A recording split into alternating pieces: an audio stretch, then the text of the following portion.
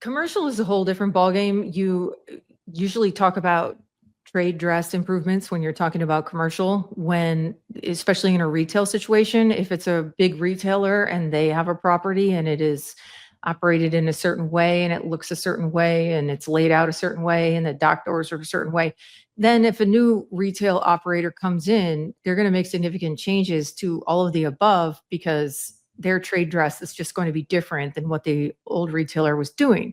So you can have these enormous permits that are pulled for, say, car dealerships or big box retailers or other types of businesses that have a client facing or customer facing trade dress on the street.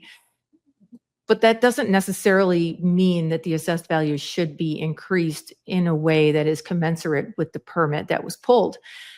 In assessing, we say cost does not necessarily equal value, which means you can put an enormous amount of expense into changing a property in a way that nobody in the market will value other than the person who is changing the property for their own use. In Illinois, unlike other jurisdictions, we are a value in exchange state, not a value in use state. So the assessing officials are supposed to assess the property based upon what somebody would pay for it if it were available for sale on the open market.